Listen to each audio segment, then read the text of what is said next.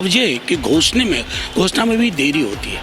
आप उन परिवारों को सोचिए जिनके घर के चिराग बुझ गए आज। ये सिर्फ मौत एक आंकड़ा नहीं है, आंकड़ा नहीं होता कि नंबर 12, 8, 6।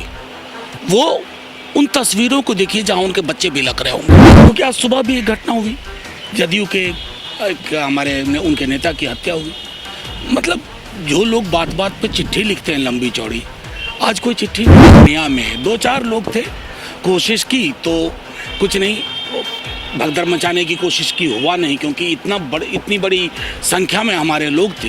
लेकिन उसी में से किसी ने थोड़ी बहुत गुस्ताखी की, फूल में पत्थर बांध करके। नमस्कार, आप देख रहे हैं NBC 24 और मैं हूं आप सभी के साथ ब्रह्मचारी आशीष। आज जंक्शन स्थित पाल होटल में आग लगी, उसके बाद 6 जन की अब तक मौत हो चुकी है।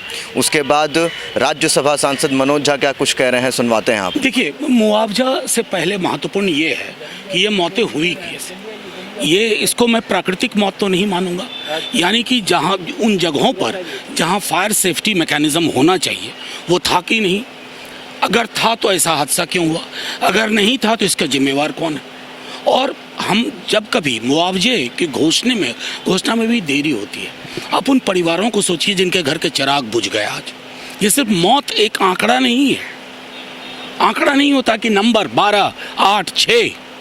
वो उन तस्वीरों को देखिए जहां उनके बच्चे बिलख रहे होंगे, जहां उनके घर में मातम पस रहा होगा। मैं समझता हूं कि बाकी चुनाव को दरकिनार करते हुए फौरी तौर पर एक हीलिंग टच हो, मुआवजे की घोषणा हो। क्योंकि आज सुबह भी एक घटना हुई, जदयू के हमारे उनके नेता की हत्या हुई। मतलब जो लोग बात बात पे चिट्ठी लिखते हैं लंबी चौड़ी, आज कोई चिट्ठी नहीं, कोई मतलब नहीं। अक्सर इन मौतों के बाद हमारी जो प्रतिक्रिया हो उसमें संवेदनशीलता हो, राज्य अपने अवगुणों को स्वीकार करे। फायर सेफ्टी मैकेनिज्म को लेकर के हमारी चिंता, हमने यहाँ छठ के दौरान भगदड़ मचते हुए देखा है। तो एक जो मैनेजमेंट होना चाहिए, अगर उसमें कमी है संवेदनशीलता की, तो सरकार को तो आईना रखना होगा ना, बस। मनोज जी, आपको माथा में चोट लगी है, कहाँ लगी? अरे नहीं, कोई कुछ अराजक तत्व उन्होंने पूर्णिया में 2-4 लोग थे, कोशिश की तो कुछ नहीं, भगदड़ मचाने की कोशिश की, हुआ नहीं, क्योंकि इतनी बड़ी संख्या में हमारे लोग थे। लेकिन उसी में से किसी ने थोड़ी बहुत गुस्ताखी की, फूल में पत्थर बांध करके।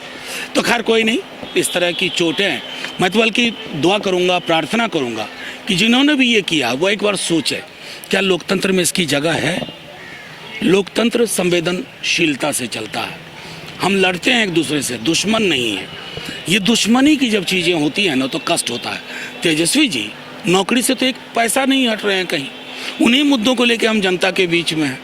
उनमें से अगर 2-4 अराजक तत्वों को ये नहीं सुहा रहा है तो हम और क्या ही कहें।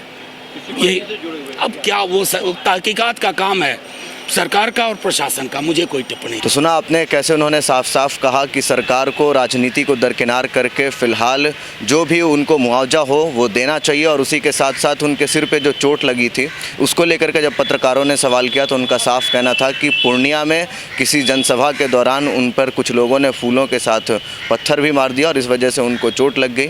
हालांकि उनका कहना है कि प्रशासन वगैरह इसकी जाँच करें, क्या कुछ होगा ये देखने वाली बात होगी। बाकी के अपडेट्स के लिए बने रहे NBC 24 पर। कैमरा पर्सन गोलू के साथ ब्रह्मचारी आशीष, NBC 24 पटना।